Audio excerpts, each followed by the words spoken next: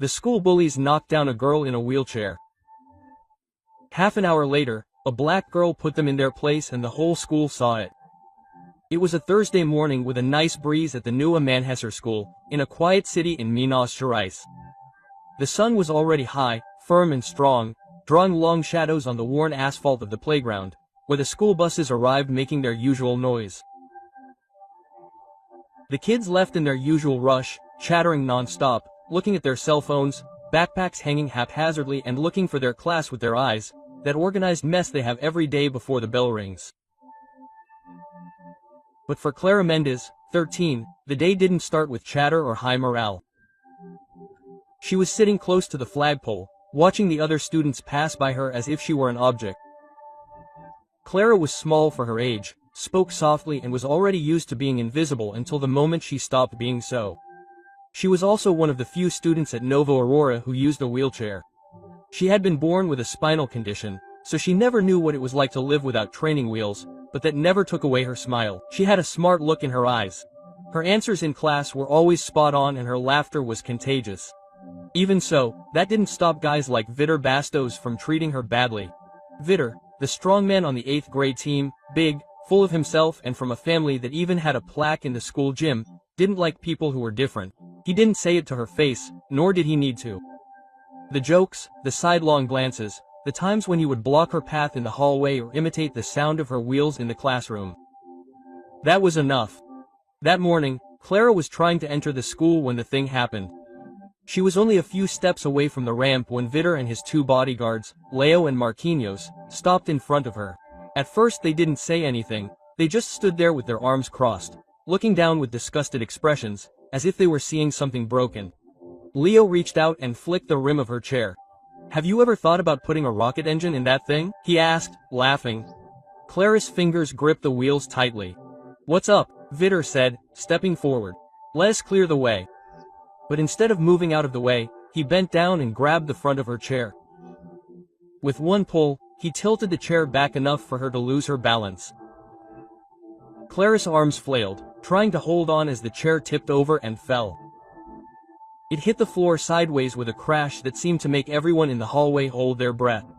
For a second, the world stopped. Then came the laughter. Some covered their mouths, others looked away in embarrassment, but no one did anything.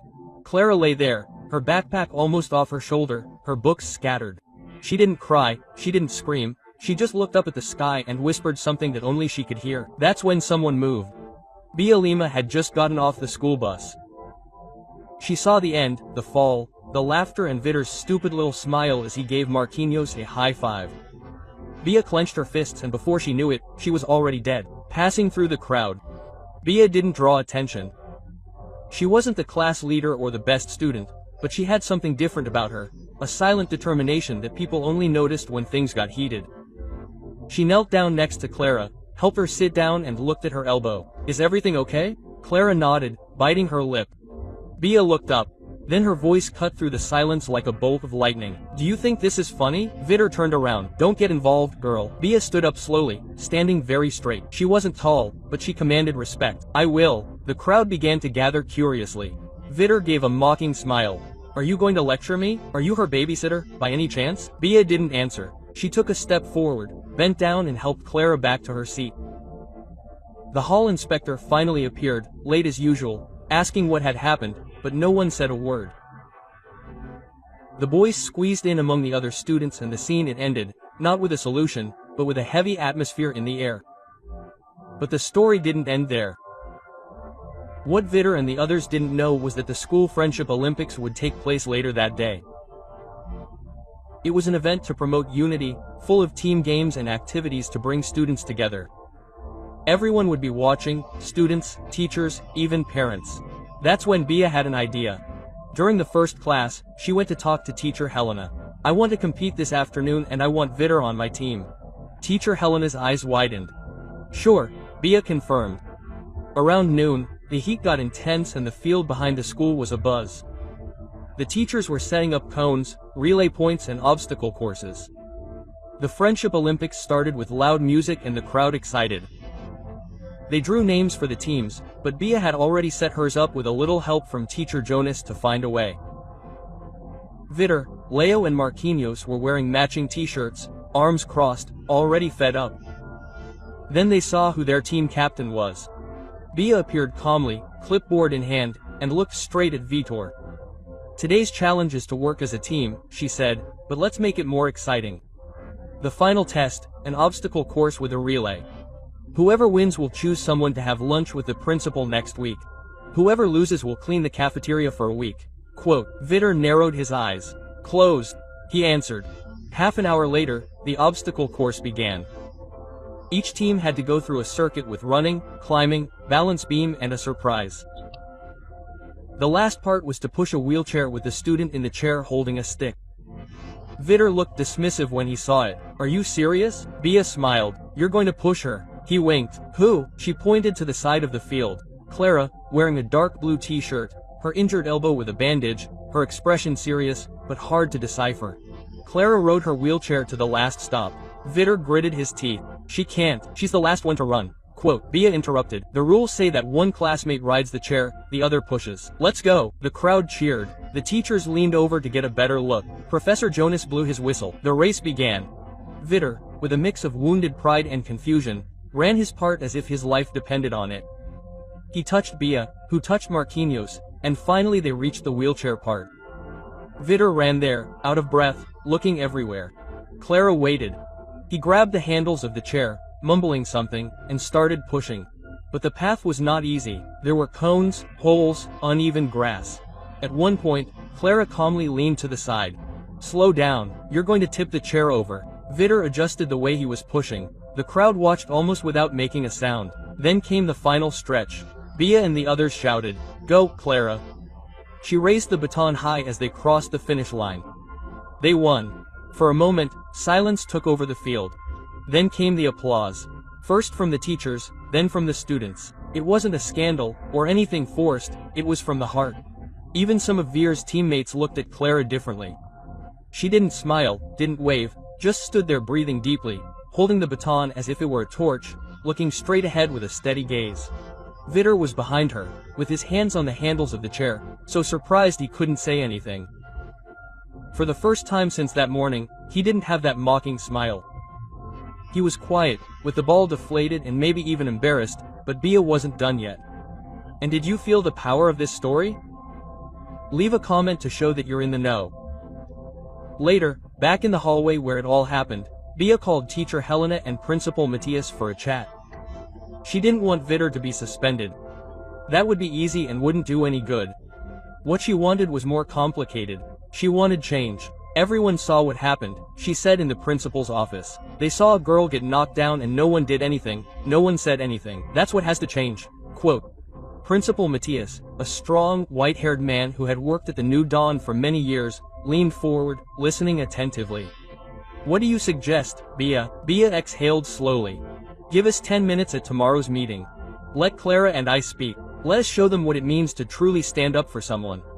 Quote, The next morning, the whole school gathered in the gym for the traditional citizenship hour. It was the same old story.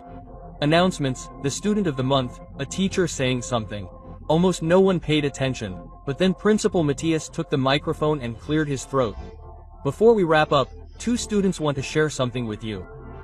A zoom went through the stands. Bia and Clara walked onto the court together. There was silence. Clara stopped her chair near the middle. Bia stood next to her with the microphone in her hand. Most of you saw what happened yesterday. Bia started out with a firm voice. Some laughed, others looked away, and some simply didn't care. But here's the thing. Clara didn't fall because she uses a wheelchair. She fell because someone thought they could make her smaller. The place went silent. Even the teachers seemed tense, not knowing where this was going to end. We talk a lot about inclusion around here, she continued. We hang up posters about being nice to others, but that's worthless if we don't speak up when the time comes. She looked at Clara, who took the microphone. My name is Clara Mendez, she said softly, but the microphone made her voice carry far. I've been in a wheelchair all my life and I hardly ever think about it, but yesterday I was reminded of what some people still see when they look at me. Weakness, an easy target, a laughingstock. Quote. Her voice shook a little, but she kept going. But there was one thing they didn't see. Didn't they see the hours and hours I worked in physical therapy? Didn't they see my mother, who works 2 jobs to pay for my braces and the repairs to my chair? Didn't they see the nights I spent learning to get up on my own after I fell? She paused, looking around at everyone. What they saw was a girl in a chair, but what I want you to see now is a girl who got up. The silence that followed wasn't awkward, it was full of feeling. Some students shifted in their seats, 1 or 2 clapped lightly. Then others started until the entire gym was applauding, not out of pity, but out of respect. After the meeting, Vidar was walking alone down the hallway. He had never been ignored in that school, not once, but now the looks that followed him were different. It wasn't fear, nor admiration, just recognition, as if his mask had slipped. He only saw Bia when he turned the corner near the library. She was sitting with Clara, both of them laughing softly over a book. For a moment, he thought about turning around, but instead he walked over to them. Slowly, he started scratching the back of his neck. I didn't want things to end like that. I was just joking. I didn't think she was Bia, she didn't even blink. You didn't think. That's the only part of that sentence that matters. Vidar opened his mouth, but didn't say anything. He turned to Clara. I'm really sorry. I was an idiot. Clara looked at him with an expression that was hard to understand. I forgive you, she said finally. But I don't need you to apologize. I need you to be better. Vidar nodded, a little embarrassed. That's fine. He was going to leave, but stopped. If you ever need help fixing that wheel, I know my tools. Clara shrugged. Maybe by the end of the week something had changed in the new dawn. It wasn't magic, it wasn't overnight, but the hallway looked different. More students stopped to hold hands, the door for Clara. But people started sitting with Bia and Clara at lunch. Teachers started talking about accessibility and inclusion in class. Principal Matthias created a new monthly meeting called Circle of Ideas, a place for students to talk openly about their problems, fears, and how the school could improve. Clara and Bia were the first to speak at the opening. Vidar showed up too. He didn't say anything, not yet, but he listened. That spring, Colegio Novo Aurora won a local award for its inclusion initiatives. But for Clara, the real award came quietly.